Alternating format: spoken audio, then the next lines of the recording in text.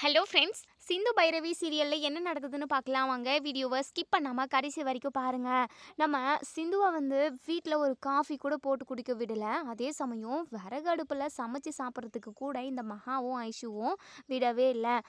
ஏதாவது ஒரு வேலையை பார்த்து நம்ம சிந்துவை நிம்மதி இல்லாமல் பண்ணணும் அப்படின்றது தான் இந்த மகாவோட பிளானே. முக்கியமாக நம்ம சிந்து வீட்டை விட்டே போகணும் அப்படின்னு சொல்லிட்டு தான் அவங்களோட பிளான். எப்படி என்ன பண்ணால் இவ வீட்டை விட்டு போவா? ஒவ்வொரு நாளும் ஒவ்வொரு நிமிஷமும் அவள் கொடுமைகளை சித்திரவதை அனுபவிக்கணும். அப்போ தான் இந்த வீட்டில் இருக்க முடியாமல் தெறிக்க தெறிக்க ஓடுவா அப்படின்ற மாதிரி அவங்களோட பிளானு. ஆனால் என்ன தான் கஷ்டப்படுத்தினாலுமே கண்டிப்பாக நம்ம சிந்து அந்த வீட்டை விட்டு போக மாட்டாங்க. எதனால் அப்படின்னா நம்ம சிவாவுக்காக தான் எல்லாத்தையுமே பொறுத்துக்கிறாங்க. என்னைக்காவது ஒரு நாள் கண்டிப்பாக சிவா கூட நம்ம ஒன்று சேருவோம் அப்படின்ற ஒரு நம்பிக்கையில் தான் அவங்க அந்த வீட்டில் அவ்வளோ பெரிய கஷ்டத்தை அனுபவிச்சுக்கிட்டு இருக்காங்க. இப்போது நம்ம சிந்து சாப்பிடாமவே தான் இருக்காங்க. நம்ம அன்னபூரணியுமே கொஞ்சம் மனசு இறங்கியிருக்கலாம். என்னதான் சிந்து பொய் சொல்லி சிவாவை கல்யாணம் பண்ணியிருந்தாலுமே அவங்க அவ்வளோ பெரிய தப்பெல்லாம் பண்ணலையே. அதுக்காக அவங்க கொஞ்சம் மனசு இறங்கி சாப்பிடவாவது விட்டுருக்கலாம். வீட்டில் எந்த பொருளையுமே தொடக்கூடாதுன்னு ஒரு கண்டிஷன் போட்டதுனால இந்த மகா ஓவராக தான் பண்ணிக்கிட்டு இருக்காங்க. அத்தனை கொடுமையுமே கொடுத்தோம் நம்ம சிந்து அந்த வீட்டை விட்டு நகர மாதிரி தெரியல. இதை எல்லாத்தையுமேங்க மகா புரிஞ்சுக்கிறாங்க. ஸோ என்ன பண்ணலாம் அப்படின்னு சொல்லிட்டு பயங்கரமாக தீவிரமாக பிளான் பண்ணுறாங்க. என்ன அப்படிங்கன்னா, இதுக்கப்புறமும் இவளை கொடுமை பண்ணிலாம் இந்த வீட்டை விட்டு அனுப்ப முடியாது. ஒரே முட்டா இந்த ஊரை விட்டே உலகத்தை விட்டே அனுப்பணும் இசைக்கு அப்படின்னு சொல்லிட்டு இசைக்கு கிட்ட சொல்கிறாங்க. என்னக்கா சொல்கிறீங்க அப்படின்னு சொல்லி கேட்கவும், ஆமாம், கண்டிப்பாக அவள் இந்த வீட்டில் இருக்கக்கூடாதுன்னு நான் எவ்வளவோ பண்ணி பார்த்துட்டேன் இசைக்கு. எவ்வளோ தான் கொடுமையை கொடுத்தாலும் அவள் இங்கே தான் இருப்பேன்னு சொல்லிட்டு அடமொட்டமாக இருக்கா. நம்ம இவளை ஒரே அடியாக மேலுக்கு அனுப்பிட்டோம் அப்படின்னா நமக்கு எந்த பிரச்சனையுமே இல்லை. அதுக்கப்புறம் யார்? இந்த பைரவி தான். பைரவியை ஒட்டுமொத்தமாக இந்த வீட்டை விட்டு துரத்திடுவோம். அதுக்கப்புறம் கொஞ்சம் கொஞ்சமாக அன்னபூர்ணி அக்காவோட ஒட்டுமொத்த சொத்தையுமே நம்ம பக்கம் திருப்பிக்கலாம். அதுக்கு ஃபஸ்ட்டு இந்த சிந்து வீட்டில் இருக்கக்கூடாது. நெக்ஸ்ட்டு பைரவி, இவங்க 2 பேரையும் துரத்தி அடிச்சிட்டோம் அப்படின்னா நம்ம நினைக்கிறது எல்லாமே நடக்கும் இசைக்கு. அதான் சொல்கிறேன் அக்கா, நீங்கள் சொல்கிறது பெரிய ப்ராசஸ்க்கா. கண்டிப்பாக இதனால் நமக்கு மிகப்பெரிய பின்விளைவுகள் வரும்க்கா. நம்ம வேறு வழி ஏதாவது ட்ரை பண்ணலாமே அப்படின்னு சொல்லி கேட்கவும், இல்லை இசைக்கு, இது ஒரே ஒரு வழி மட்டும்தான். நான் பார்த்துக்கிறேன் இசைக்கு, நீ பயப்படாத. உனக்கு எவ்வளோ பெரிய பிரச்சனை வந்தாலும் கண்டிப்பாக உன் பக்கம் நான் நிற்பேன். நான் சொல்கிறத மட்டும் நீ கேளு இசைக்கு அப்படின்னு சொல்லிட்டு, அக்கா நீங்கள் சொல்கிறத எல்லாமே கேட்பேங்க்கா. கடைசியில் உங்களுக்கும் எனக்கும் எந்த பிரச்சனையும் வந்துடக்கூடாதுல்ல, அதுக்காக தான்க்கா சொல்கிறேன். அவள் உயிரோடெல்லாம் விளையாட வேண்டாம். அவளை கொஞ்சம் கொஞ்சமாக கொடுமை பண்ணி ஏதாவது பண்ணி இந்த வீட்டை விட்டு துரத்தலாமேக்கா. இங்கே பாரு இசைக்கு, அதுக்கெல்லாம் இந்த சிந்து அசர மாட்டா. ஏன்னா அந்த அளவுக்கு சிவா மேலே இவ பாசத்தை வச்சுக்கிட்டு இருக்காடா. இவளை கண்டிப்பாக அவ்வளோ சீக்கிரமெல்லாம் சாதாரணமாக வீட்டை விட்டெல்லாம் துரத்திட முடியாது. இவளை ஒரே அடி அனுப்புறது மட்டும்தான் வழி. நீ போயிட்டு நான் சொல்கிறவங்க கிட்ட அந்த மருந்தை வாங்கிட்டு வந்துரு. நான் நேற்று போயிட்டு ஒரு அம்மா கிட்ட பேசிட்டு வந்திருக்கேன். கொஞ்சம் கொஞ்சமாக ஒரு 2-3 நாள் இழுத்துக்கிட்டு சாகிற மாதிரி ஒரு மருந்து சொல்லியிருக்காங்க. அவங்க கிட்ட போயிட்டு அந்த மருந்தை வாங்கிட்டு வா. நான் அட்ரஸுமே உங்கள் ஃபோனுக்கு லொக்கேஷன் அனுப்பி விடுறேன் பாரு இசைக்கு அப்படின்னு சொல்லிட்டு, சரிங்கக்கா நீங்கள் சொல்கிறீங்களேன்னு நான் போகிறேன் அப்படின்னு சொல்லிட்டு எங்கள் இசைக்குமே இப்போது மகா சொன்ன ஆள்கிட்ட போகிறாங்க. போனதுமே அவங்க இப்போது அந்த மருந்தையுமே கொடுக்குறாங்க. இதை எப்படி கொடுக்கணும் அப்படின்னு சொல்லி கேட்கவும், எப்படி வேணாலும் குடிக்கலாம். ஜூஸில் கலந்து குடிக்கலாம், இல்லை பாலில் கலந்து கொடுக்கலாம், இல்லை குழம்புல கலந்து சாப்பாட்லேயும் கலந்து கொடுக்கலாம். இப்படி எந்த விதத்தில் கொடுத்தாலுமே கொஞ்சம் கொஞ்சமாக 3 நாள் தான் டைம். 3 நாளுக்குள்ளே அப்படியே இழுத்துட்டு போயிடும் அப்படின்னு சொல்லிட்டு இசைக்கு கேட்குறாங்க. ஏம்மா 3 நாள் வரைக்கும் எதுக்காக இழுத்துக்கிட்டு, ஒரே அடியாக கொடுத்த உடனே டப்புன்னு போகிற மாதிரி ஏதாவது மருந்து இருந்தால் கொடுங்களேன். அப்படியும் இருக்குப்பா. ஆனால் உங்கள் அக்கா தான் இந்த மாதிரி இழுத்துக்கிட்டு கொஞ்சம் கொஞ்சமாக அவள் சாகணும் அப்படின்னு சொல்லிட்டு ஒரு மருந்து தயாரிக்க சொன்னாங்க. அதை தான் தயாரிச்சிருக்கேன் அப்படின்னு சொல்லிட்டு சொல்லவும், இசைக்குமே சரி அக்கா சொல்லிட்டாங்களே, ஓகே தான் அப்படின்னு சொல்லிட்டு எங்கள் இசைக்குமே அந்த மருந்தை வாங்கிட்டு போயிடுறாங்க. வாங்கிட்டு போயிட்டு மகா கிட்ட கொடுக்குறாங்க. சரி இசைக்கு, நான் இன்னைக்கு ஈவினிங்குள்ளே அவளுக்கு இந்த மருந்தை கலந்து கொடுத்துட்றேன் அப்படின்னு சொல்லிட்டு, எப்படிக்கா? அதான் நம்ம வீட்டில் எதுவுமே சாப்பிடக்கூடாதுன்னு நம்மளே கண்டிஷன் போட்டுட்டோம். அப்படி இருக்கிறப்போ நீங்களா போய் ஏதாவது கொடுத்தீங்க அப்படின்னா அவளுக்கு சந்தேகம் வராதா அப்படின்னு சொல்லிட்டு, இரு இசைக்கு, அதுக்கான சுச்சுவேஷன் ஏதாவது அமையாமையாக போயிடும், பார்த்துக்கலாம் அப்படின்னு சொல்லிட்டு இப்போது நம்ம சிந்து வந்து சாப்பிடாமவே இருக்காங்க. சிவா ஹாஸ்பிட்டலுக்கு போனதுமே சிந்துவோட நெனப்பா தான் இருக்கு. எந்த வேலையுமே ஓடவே இல்ல. ஆனா ஹாஸ்பிட்டலையுமே கரெக்ட்டா ரன் பண்ணணும் இல்லையா? வர பேஷண்ட்டுக்கு கரெக்ட்டா ட்ரீட்மெண்ட் பண்ணணும். ஸோ என்ன பண்றதுன்னே தெரியல. அவங்களோட கான்சன்ட்ரேஷன் ஒரு இடத்துல இல்ல. ஏன்னா சிந்து சாப்பிடாம ரொம்ப ரொம்ப கவலையோட ரொம்ப கஷ்டப்பட்டுக்கிட்டு இருக்காளேன்ற அந்த ஒரு நெனப்பு மட்டும் தான் நம்ம சிவா மனசுக்குள்ள ஓடிக்கிட்டு இருக்கு. ஸோ என்ன பண்ணலாம் அப்படின்னு சொல்லிட்டு யோசிச்சுக்கிட்டு இருக்கப்ப தான் ஆறுமுகத்துக்கு நம்ம சிவா வந்து கால் பண்ணுறாங்க. ஆறுமுகமுமே சொல்லு சிவா அப்படின்னு சொல்லி கேட்கவும், எங்கே இருக்க ஆறுமுகம் அப்படின்னு சொல்லி கேட்குறாங்க. நான் வயலுக்கு தான் வந்திருக்கேன். நெல் எல்லாம் காஞ்சின்னு கிடக்கு, அதுக்கு கொஞ்சம் தண்ணி பாய்க்கலாமேன்னு வந்தேன் சிவா. என்ன விஷயம்னு சொல்லு அப்படின்னு சொல்லி கேட்கவும், இல்லை ஆறுமுகம், நீ எனக்கு ஒரு உதவி செய்வியா அப்படின்னு சொல்லிட்டு, சொல்லு சிவா, நான் எதுவாக இருந்தாலும் செய்கிறேன், அது ஏன் இவ்வளோ தயக்கத்தோடு கேட்குற அப்படின்னு சொல்லி கேட்குறாங்க. அது ஒன்றும் இல்லை, காலையிலேருந்து சிந்து எதுவுமே சரி சாப்பிடவே இல்லை. அவ விறகடுப்புல சமைக்கணுன்றதுக்காக வெளியே போய் சமைச்சுக்கிட்டு இருந்தா. அவ எங்கேயோ போயிட்டு வரதுக்குள்ளே அதெல்லாம் நனைஞ்சு ஈரமாயிட்டு இருந்தது. அவளால் சாப்பாடுமே செய்ய முடியல. அதனால் நீ கொஞ்சம் யாருக்கும் தெரியாமல் சாப்பாடு போட்டுட்டு போயிட்டு சிந்துக்கு கொடுக்குறியா? நான் போட்டுட்டு போயிட்டு அவளுக்கு கொடுத்தேன். ஆனால் அவள் சாப்பிட மாட்டேன்னு சொல்லிட்டா. நீ போயிட்டு கொடுத்த அப்படின்னா கண்டிப்பாக சாப்பிட்றதுக்கு நிறைய வாய்ப்பு இருக்குது. ஆறுமுகம், எனக்காக இது ஒரு உதவி மட்டும் செய்ய ஆறுமுகம் அப்படின்னு சொல்லிட்டு நம்ம சிவா கேட்குறாங்க. ஆறுமுகம் இருந்துட்டு, என்ன சிவா, இதெல்லாம் ஒரு வேலைன்னு என்கிட்ட உதவியாக கேட்குற, நான் பார்த்துக்கிறேன், நீ கவலைப்படாமல் ஹாஸ்பிட்டலில் இருக்கிற வேலையை பாரு சரியா? ரொம்ப தேங்க்ஸ் ஆறுமுகம் அப்படின்னு சொல்லிட்டு, என்ன சிவா இதுக்கெல்லாம் போய் நன்றி சொல்லிக்கிட்டு இருப்பியா? சரி சரி நீ பாரு, நான் போகிறேன் அப்படின்னு சொல்லிட்டு இங்கே நம்ம ஆறுமுகம் வந்து வீட்டுக்கு போகிறாங்க. இப்போது இங்கே மகா அப்போ தான் ஹாலில் உட்காந்துருக்காங்க. ஆறுமுகம் வந்ததுமே, என்ன ஆறுமுகம், இப்போ தானே வயலுக்கு தண்ணி பாய்க்க போகிறேன்னு சொல்லிட்டு கிளம்புனேன், உடனே போன கையோடு திரும்ப வந்திருக்கேன் அப்படின்னு சொல்லிட்டு, அது வந்து சித்தி, சும்மா தான் சித்தி, வெயில் வேற பொழந்து கட்டுதா, ஒரு மாதிரி கிருகிருன்னு வர மாதிரி இருக்குது, அதான் ஜூஸு இல்லை சாப்பாடு இன்னும் கொஞ்சம் போட்டுட்டு போகலாம், பசி நிறைய எடுக்கிற மாதிரி இருக்குது, கொஞ்சம் சாப்பாடு கட்டிக்கிட்டு ஜூஸ் கொஞ்சம் போட்டு எடுத்துகிட்டு போகலான்னு சொல்லிட்டு வந்தேன் சித்தி அப்படின்னு சொல்லிட்டு, ஓ அப்படியாப்பா, நான் வேணா போட்டு கொடுக்கட்டாப்பா அப்படின்னு சொல்லி கேட்கவும், இல்லை இல்லை வேண்டாம் சித்தி, நான் பார்த்துக்கிறேன் அப்படின்னு சொல்லிட்டு இப்போது இங்கே நம்ம ஆறுமுகம் திருட்டு மொழி முழிச்சுக்கிட்டு கிச்சனுக்கு போயிட்டு ஜூஸ் ஒரு பாட்டிலில் போட்டு ஊற்றிக்கிறாங்க, ஆரஞ்சு ஜூஸ், அதுக்கப்புறம் லெமன் ஜூஸுமே இன்னொரு பாட்டிலில் போட்டு ஊற்றிக்கிட்டு அவங்களுக்கு சந்தேகம் வரக்கூடாதுன்றதுக்காக இப்படி ஜூஸும் எக்ஸ்ட்ரா வேலையங்க பார்த்துக்கிட்டு இருக்காங்க.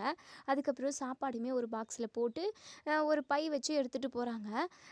என்ன இவன் எங்கே போகிறான் அப்படின்னு சொல்லிட்டு உடனே இங்கே நம்ம ஆறுமுகத்துக்கு அப்போ தான் ஞாபகம் வருது. ஆறுமுகத்தோட ரூமில் வந்து இது என்னது ஏதோ மிஸ் பண்ணிட்டாங்க போல், அதை எடுக்கிறதுக்காக நம்ம ஆறுமுகம் வந்து ரூமுக்கு போகிறாங்க.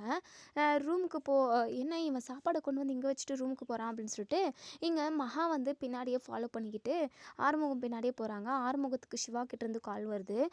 என்ன ஆறுமுகம், சாப்பாடு கொண்டு போய் கொடுத்தியா அப்படின்னு சொல்லிட்டு, சிவா நீ சிந்துக்கு சாப்பாடு கொடுக்க சொன்னல, அதுக்காக தான் சாப்பாடெல்லாம் பேக் பண்ணி எடுத்துகிட்டு போய்கிட்டேன், எடுத்துகிட்டு போயிட்டு அவகிட்ட நான் கொடுத்துருவேன், யாருக்கும் தெரியாமல் சிந்து சாப்பிட்டுக்கிட்டோம் அப்படின்னு சொல்லிட்டு, ரொம்ப நன்றி ஆறுமுகம், நான் ஃபோனை வைக்கிறேன் அப்படின்னு சொல்லிட்டு, சரி சரி அப்படின்னு சொல்லிட்டு இப்போது நம்ம ஆறுமுகம் வந்து இப்படி பேசுகிறது எல்லாத்தையுமே இங்கே மகா கேட்டுடுறாங்க.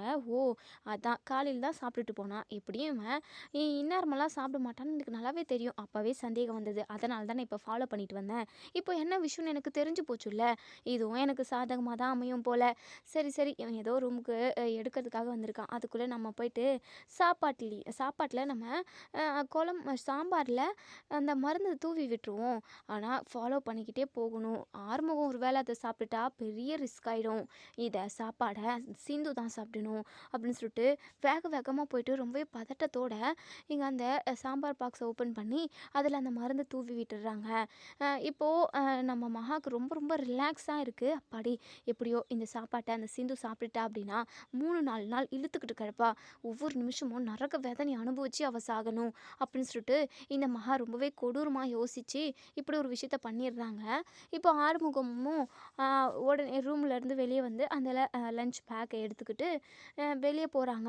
வெளியே தான் சிந்து மரத்தடியில் உட்காண்ட்ருக்காங்க.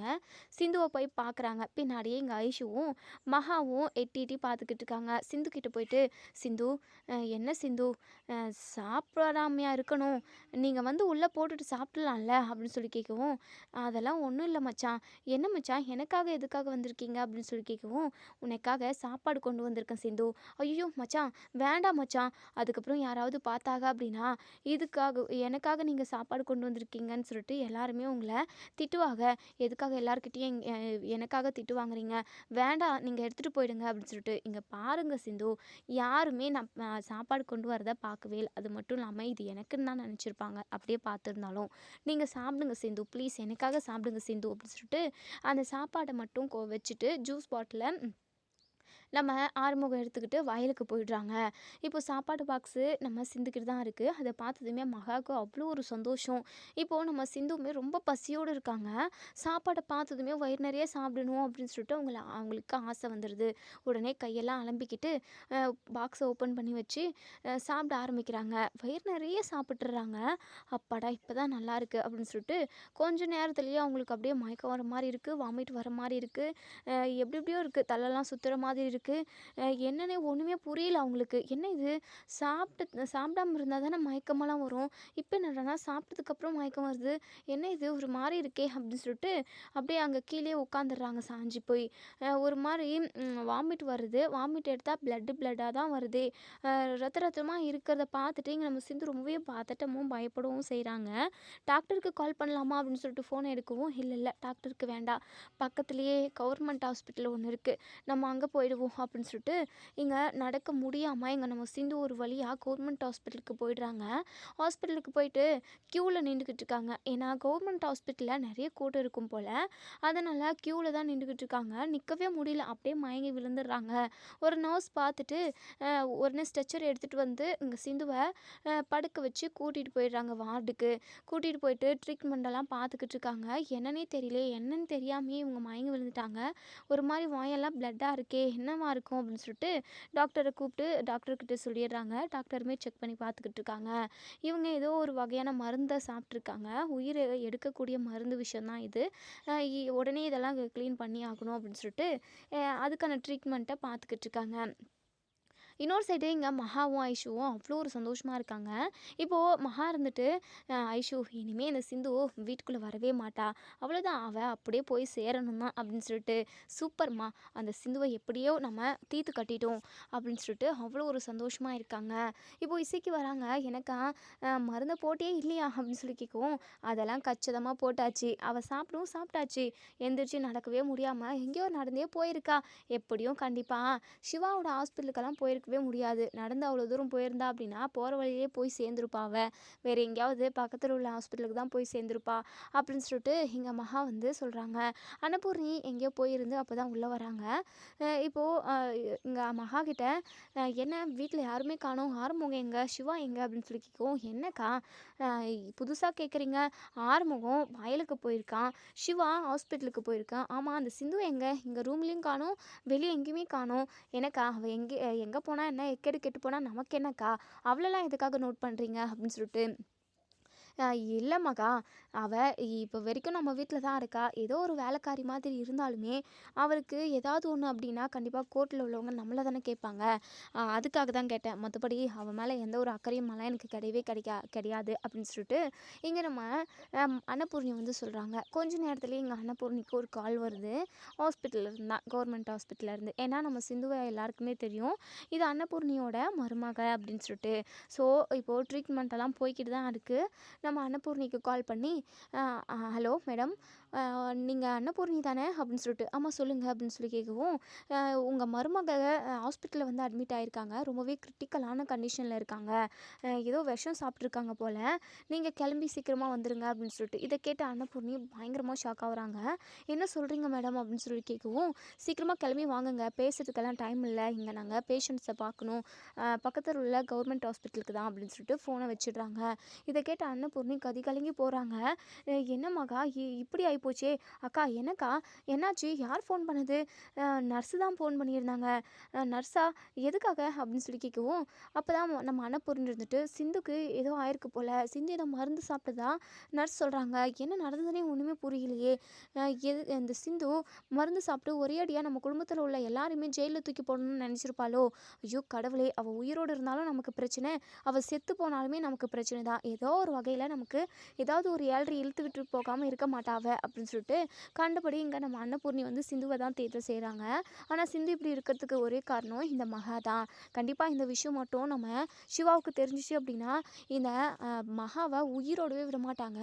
அப்படி வெட்டி போட்டுருவாங்க. அந்த அளவுக்கு கண்டிப்பாக கோவம் வரும். ஏன்னா உள்ளுக்குள்ளே சிந்து மேலே அவ்வளோ பாசமும் அன்பும் நம்ம சிவா வந்து சிந்து மேலே வச்சுருக்காங்க. ஸோ இப்படி இருக்கிறப்போ கண்டிப்பாக மகா தான் இதுக்கு பின்னாடி இருக்காங்கன்ற விஷயம் தெரிஞ்சுக்கிட்டா அஹ், என்ன நடக்கும்னு யாருக்குமே தெரியாது. அந்த அளவுக்கு பயங்கரமாக கோவப்படுவாங்க. ஸோ இப்போது நம்ம அன்னபூர்ணி மகா வீட்டில் உள்ளவங்க மட்டும் இப்போ ஹாஸ்பிட்டலுக்கு போகிறாங்க. டாக்டர்கிட்ட போயிட்டு என்னாச்சு என்னன்னே எனக்கு ஒன்றுமே புரியல, எதுக்காக அவ மருந்து சாப்பிடணும் அப்படின்னு சொல்லிட்டு மருந்து அவங்களா சாப்பிட்டாங்களா இல்லை அவங்களுக்கு தெரியாமல் யாராவது போட்டாங்களான்றதானா தெரியாது. ஆனால் அவங்க ரொம்ப ரொம்ப கிரிட்டிக்கலான கண்டிஷனில் இருக்காங்க அப்படின்னு சொல்லிட்டு சொல்கிறாங்க. அன்னபூர்ணிக்கும் கொஞ்சம் பயமாக தான் இருக்குது. என்னதான் நம்ம சிந்து தப்பு பண்ணியிருந்தாலுமே சின்னதாக இதுக்கு முன்னாடி எல்லாம் நம்ம அன்னபூர்ணி சிந்து கூடவே இருப்பாங்க. சிந்துனா அவ்வளோ பிடிக்கும் நம்ம அன்னபூர்ணிக்கு. நிறைய இடம் சுற்றி பார்த்துருப்பாங்க.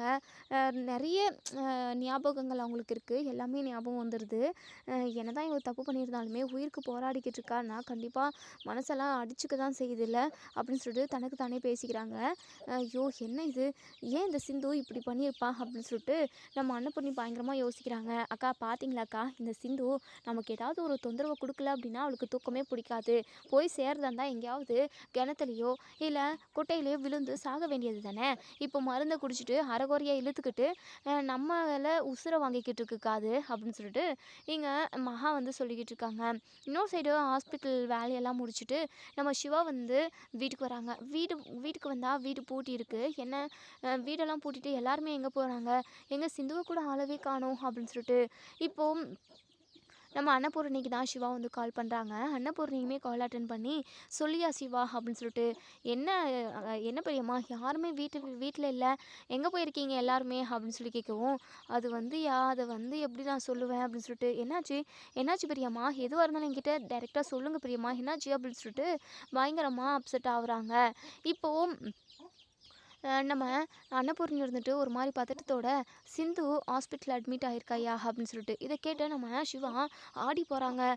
ரொம்பவே பதட்டப்படுறாங்க. என்னாச்சு பெரியம்மா, ஏன் சிந்து ஹாஸ்பிட்டல் அட்மிட் ஆயிருக்கா, அவளுக்கு என்னாச்சு, அவளுக்கு உடம்பு இது ஏதாவது சரியில்லையா அப்படின்னு சொல்லிட்டு ரொம்பவே துடிதுடிச்சு போகிறாங்க. உடனே இது நம்ம அன்னபூர்ணி இருந்துட்டு இல்லையா அவள் ஏதோ மருந்து சாப்பிட்டாலாம் அப்படின்னு சொல்கிறாங்க. மருந்தா, அவள் எதுக்காக மருந்து சாப்பிடணும், கண்டிப்பாக அதுக்கு வாய்ப்பே இல்லையே, எனக்கு எதுவுமே தெரியலையா, நானும் வெளியே போயிருந்து கொஞ்ச நேரத்துக்கு முன்னாடி தான் வீட்டுக்கு வந்தேன். உடனே எனக்கு ஹாஸ்பிட்டல்லேருந்து கால் வந்தது. நானுமே கிளம்பி இங்கே பக்கத்தில் உள்ள கவர்மெண்ட் ஹாஸ்பிட்டலுக்கு தான் வந்திருக்கேன். மருந்து சாப்பிட்டதா தான் சொல்கிறாங்க. இவளெல்லாம் சாப்பிட்டாளா இல்லை யாருன்னா போட்டு விட்டாங்களான்னு தெரியல அப்படின்ற மாதிரி சொல்கிறாங்க. எனக்கு ஒன்றுமே புரியலையா, இந்த சிந்து நம்மளை யாரையுமே நிம்மதியாகவே விட மாட்டாயா அப்படின்னு சொல்லிட்டு இங்கே நம்ம அன்னபூர்ணி அவங்க பாட்டுக்கு பேசிக்கிட்டு இருக்கவும் நம்ம சிவாவுக்கு அவ்வளோ ஒரு பரிதவிப்பாக இருக்குது. ஐயோ சிந்துக்கு என்னாச்சு ஏதாச்சுன்னு சொல்லிட்டு அப்படியே பயங்கரமாக கத்தி கதறாங்க. உடனே ஓடோடி வந்துடுறாங்க ஹாஸ்பிட்டலுக்கு. பெரியம்மா சிந்துக்கு என்னாச்சு பெரியம்மா, ஐயோ சிந்து இல்லாமல் நான் எப்படி பெரியம்மா இருக்க போகிறேன், சிந்து தான் பெரியம்மா எனக்கு எல்லாமே, அப்படி இருக்கிறப்போ அவள் எப்படி பெரியம்மா என்னை விட்டுட்டு போகலாம், ஐயோ எனக்கு அவன் கொஞ்சமாக மருந்து கொடுத்துருந்தா நானும் சாப்பிட்டு செத்து போயிருந்திருப்பேன்ல, ஐயோ பெரியம்மா நான் என்ன பண்ணுறது, ஐயோ அம்மா அப்பா அப்படின்னு சொல்லிட்டு நம்ம சிவா அவங்க பாட்டுக்கு கத்தி கதறி அழுகுறாங்க. இப்போ தான் நம்ம அன்னபூர்ணி ஒரு விஷயத்த புரிஞ்சுக்கிறாங்க. சிவாவுக்கு சிந்து மேலே எவ்வளோ ஒரு பாசம் இருந்திருக்கு, இதை எல்லாமே இவன் இப்போ தான் வெளிக்காட்டுறானோ அப்படிங்கிற ஒரு டவுட்டெல்லாம் வருது. என்னையா சிவா, ஏன் நீ இவ்வளோ பத்திரப்படுற, அவள் கொழுப்பெடுத்து போய் இப்படியெல்லாம் பண்ணிக்கிட்டு இருக்கா, அதுக்காக நம்ம எதுக்காக ஃபீல் பண்ணணும், நீ அழுகாதியா அப்படின்னு சொல்லிட்டு ஐயோ பெரியம்மா உங்களுக்கு கொஞ்சம் கூட புரியவே இல்லைல்ல பெரியம்மா, என் உயிர் என் மூச்சு எல்லாமே சிந்து தான், சிந்து இல்லாத வாழ்க்கை கண்டிப்பாக என்னால் ஒரு நிமிஷம் கூட யோசிச்சு பார்க்கவே முடியாது பெரியம்மா. அப்படி என்ன பெரியம்மா அவள் தப்பு பண்ணிட்டா, நீங்கள் அவள் உயிருக்கு போராடிக்கிட்டு இருக்க நேரத்தில் கூட கொஞ்சம் கூட மனசு இறங்க மாட்டேங்கிறீங்க, நீங்கள் அவ்வளோ கொடூரமானவங்களா பெரியம்மா, ஏன் பெரியம்மா இப்படி இருக்கிறீங்க அப்படின்னு சொல்லிட்டு இங்கே சிவா கத்துறாங்க. என்னையா சிவா என்னென்னமோ பேசிக்கிட்டு இருக்க, அவள் தப்பு பண்ணியிருக்கா, நம்ம எல்லாருக்குமே துரோகம் பண்ணியிருக்காயா, அவளை எல்லாருமே நம்ம சேர்ந்து ஒதுக்கி வச்சுருக்கோம், அப்படி இருக்கிறப்ப அவள் செத்து போனால் நமக்கு என்னையா அப்படின்னு அப்படின்னு சொல்லிட்டு உடனே நம்ம சிவாவுக்கு பயங்கரமாக கோவம் வருது. போதும் நிறுத்துங்க பெரியம்மா, போதும். இது வரைக்கும் உங்கள் பேச்செல்லாம் கேட்டது எல்லாமே போதும். நீங்கள் மனசு கஷ்டப்படுவீங்கன்ற ஒரே ஒரு காரணத்துக்காக நான் எவ்வளோலாம் அதாவது எவ்வளவோ விஷயத்த நான் விட்டு கொடுத்து போயிருக்கேன். நீங்கள் என்ன சொன்னாலும் அதுக்கு மறுக்காமல் தலையை ஆட்டியிருக்கேன்.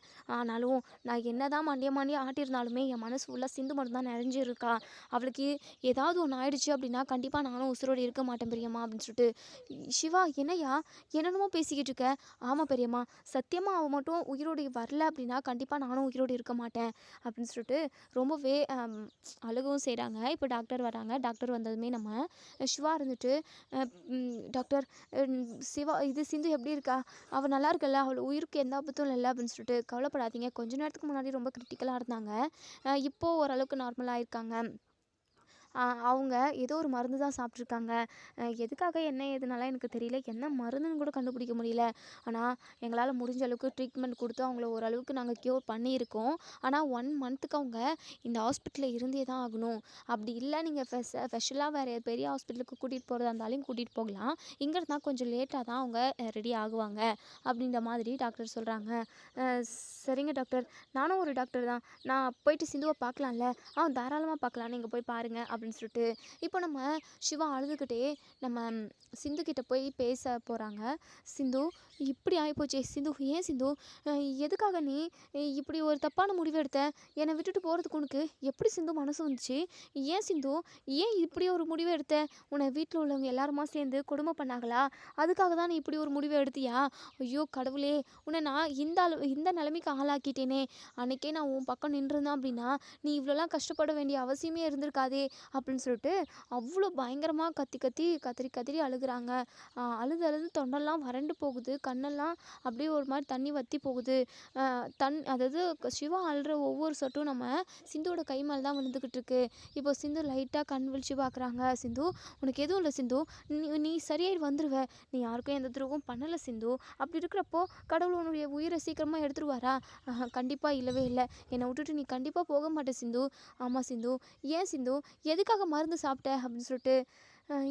இல்லை டாக்டரே, நான் மருந்தெல்லாம் எதுவும் சாப்பிடல டாக்டரே. நான் சாப்பிடாம பசியோடு தான் இருந்தேன். ஆறுமுகம் மச்சான் சாப்பாடு கொண்டு வந்து கொடுத்தாங்க. அதுக்கப்புறம் தான் எனக்கு இப்படியெல்லாம் ஆச்சு அப்படின்னு சொல்லிட்டு இப்போது நம்ம சிவா பயங்கரமாக யோசிக்கிறாங்க. நம்மளோட அம்மாவுக்கு தான் சிந்து வீட்டில் இருக்கிறது பிடிக்கல. ஆறுமுகத்துமே சிந்துவை பரிதாபமாக தான் பார்த்தான். நம்ம சொன்ன உடனே சாப்பாடுமே கொண்டு போய் கொடுத்தாரு. அப்போது வீட்டில் யார் யார் இருந்தாங்க? அன்னபூர்ணி பெரியம்மாவும் வெளியே போனதாக தான் சொல்லியிருந்தாங்க. அப்போது மகா அம்மா மட்டும் தான் இருந்திருப்பாங்க. அப்போது நம்ம அம்மா தான் ஏதோ ஒரு வேலை பார்த்துருக்காங்க அப்படின்னு சொல்லிட்டு பயங்கர கோவமாக இங்கே நம்ம சிவா வெளியே போயிட்டு மகா கிட்ட, அம்மா வீட்டில் நீங்கள் மட்டும்தானே இருந்தீங்க, சிந்துக்கு யார் மருந்து கலக்கி கொடுத்தது அப்படின்னு சொல்லிட்டு கேட்குறாங்க. என்னையா நீ திடீர்னு என்ன பார்த்து இப்படி கேட்குற? நான் என்ன உன் பொண்டாட்டியை கொலை பண்ணணும்னு நினச்சவளா? அது மட்டும் இல்லை, அவள் உன் பொண்டாட்டி கூட கிடையாது. அவளுக்கு எனக்கு என்னையா இருக்க போகுது? ஏதோ 1 வருஷம் வரைக்கும் நம்ம வீட்டில் ஒரு வேலைக்காரி மாதிரி இருப்பாள். அதுக்கப்புறம் நம்ம வீட்டை விட்டு போக போகிறது தானே. நான் எதுக்காக அவளுக்கு மருந்தெல்லாம் போடணும்? அது மட்டும் இல்லாமல் அப்படிலாம் எனக்கு செய்யவே தெரியாதையா அப்படின்னு சொல்லிட்டு எங்கள் மகா தப்பிக்க பார்க்குறாங்க. திருட்டு முழிக்கிறாங்க. பொய் சொல்லாதீங்க, யாராவது மருந்து போட்டிருக்கணும், இல்லைனா இவங்களாம் மருந்து சாப்பிட்ருக்கணும்னு சொல்லிட்டு டாக்டர் சொன்னாங்க. நான் சிந்துவை கேட்டேன், நான் மருந்து எதுவும் சாப்பிடல அப்படின்னு சொல்லி தானே சொல்கிறா. அப்போது அவள் உயிரோடு இருக்கக்கூடாது அப்படின்றதுக்காக நீங்கள் தான் ஏதோ சிந்துக்கு கலந்து கொடுத்துருக்கீங்க.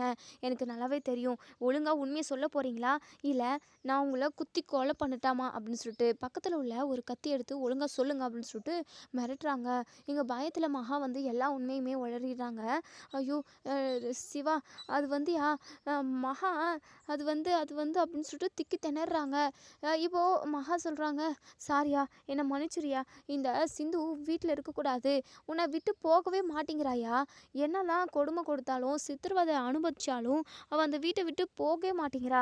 எப்படியாவது அவளை வீட்டை விட்டு துரத்தணுன்றதுக்காக தான் அவளுக்கு மருந்து வச்சேயா, அவள் உயிரோடவே இருக்கக்கூடாதுன்னு ஏதோ புத்தி கெடுத்தனமாக அப்படி பண்ணிட்டேயா, என்னை மன்னிச்சிரியா அப்படின்னு சொல்லிட்டு இப்போ மகா சொன்னதை கேட்டு நம்ம சிவாவும் சரி நம்ம அன்னபூர்ணியும் சரி பயங்கரமாக ஷாக் ஆகுறாங்க. அப்போது இவ்வளோ கொடூரமான வேலையை செஞ்சது நீங்கள் தானா? மனசாட்சி இல்லையா உங்களுக்கு கொஞ்சம் கூட? பார்த்தீங்களா பெரியம்மா, என் சிந்து தன்னோட மனசில் உள்ள ஆசைக்காக தான் பொய் சொல்லி என்னை கல்யாணம் பண்ணிக்கிட்டா. மற்றபடி நம்ம குடும்பத்துக்காக அவள் நல்லது மட்டும்தான் பண்ணியிருக்கா. என்னதான் எதிரியாக இருந்தாலும் அவங்கள சாகடிக்கணும்னு ஏதாவது இருக்கா என்ன? பார்த்தீங்களா உங்கள் தங்கச்சி எவ்வளோ பெரிய வேலையை பார்த்துருக்காங்கன்னு சொல்லிட்டு ஏன் பொண்டாட்டி சிந்துவை கொலை பண்ணணும்னு நினச்சிருக்காங்க. இங்கே பாருங்க பெரியம்மா, சிந்து தான் பெரியம்மா எனக்கு 7 ஜென்மத்துக்கும் என் பொண்டாட்டி. அவள் என்னை எத்தனையோ ஆபத்துலேருந்து காப்பாற்றிருக்கா. இன்றைக்கி அவளுக்கு ஒரு இக்கட்டான சூழ்நிலை அப்படின்றப்ப கூட என்னால் அவள் பக்கம் நிற்க முடியல பெரியம்மா. ஏன்னா உங்களோட வார்த்தையை மீறி எதுவுமே நான் பண்ணக்கூடாதுன்றதில் உறுதியாக இருந்தேன். இனிமேல் யார் தடுத்தாலும் நான் சிந்து கூட ஒன்று சேர்ந்து வாழ்கிறத யாராலுமே தடுக்கவே முடியாது பெரியம்மா, முடியவே முடியாது. உங்கள் தங்கச்சி மகா பண்ண தப்புக்காக இனிமே கடைசி வரைக்கும் அவங்க கூட நான் பேசவே மாட்டேன். அவங்களுக்கும் எனக்கும் எந்த சம்மந்தமும் இல்லை. அது மட்டும் இல்லாமல் சிந்துவும் நானும் அந்த வீட்டில் இருக்க மாட்டோம். நாங்கள் எங்கேயாவது போய் பொழைச்சிக்கிறோம். தயவு செஞ்சு எங்களை விட்டுருங்க அப்படின்னு சொல்லிட்டு உடனே அன்னபூர்ணி இருந்துட்டு, சிவா என்னையா என்னென்னவோ பேசிக்கிட்டு இருக்க, போதும் நிறுத்துங்க பெரியம்மா. நீங்களும் கூட சேர்ந்து இது பண்ணிக்கிட்டு இருந்தவங்க தானே. தப்பு பண்ணால் தண்டனையை கொடுக்கலாம். ஆனால் அதுக்காக இப்படி கொடூரமாக பண்ணிக்கிட்டு இருக்கணும், கொடுமைகளை அனுபவிக்கணும் என் சிந்து. இதுக்கப்புறமா அவள் எந்த ஒரு கஷ்டத்தையும் அனுபவிக்கக்கூடாது. பட்ட கஷ்டமே போதும் பெரியம்மா. அது மட்டும் இல்லாமல் எப்போவுமே நான் சாகிற வரைக்கும் இதோ இங்கே நிற்கிறாங்களே என் அம்மான்னு ஒருத்தவங்க, இவங்க கூட நான் பேசவே மாட்டேன். இவங்க முகத்துலேயும் முழிக்க மாட்டேன். இவங்களுக்கு கொடுக்குற நான் பதிலடின்னு கூட நினச்சிக்கோங்க, இல்லை இவங்களுக்கு கொடுக்குற தண்டனைன்னு கூட நினச்சிக்கோங்க. உடனே மகா இருந்துட்டு, இங்கே பாரியா சிவா, எனக்குன்னு இருக்கிறது நீ ஒரே ஒரு பையன் தானேயா, உன்னையும் நான் இழந்துருவேனா? ஐயோ நீ என் கூட பேசலைன்னா எப்படியா தாங்க முடியும்? போதும் நிறுத்துங்க, இப்படியெல்லாம் என்கிட்ட நடிக்காதீங்க. சி உங்கள் முகத்தில் முழிக்கிறதுக்கே நான் அசிங்கமாக நினைக்கிறேன் அப்படின்னு சொல்லிட்டு அங்கேருந்து நம்ம சிவா வந்து உள்ள சிந்துவை பார்க்குறதுக்காக போயிடுறாங்க. இதோட இந்த ரிவ்யூ முடியுது. இதுக்கப்புறம் என்ன நடக்கு சொல்லி வெயிட் பண்ணி பார்ப்போம் ஃப்ரெண்ட்ஸ்.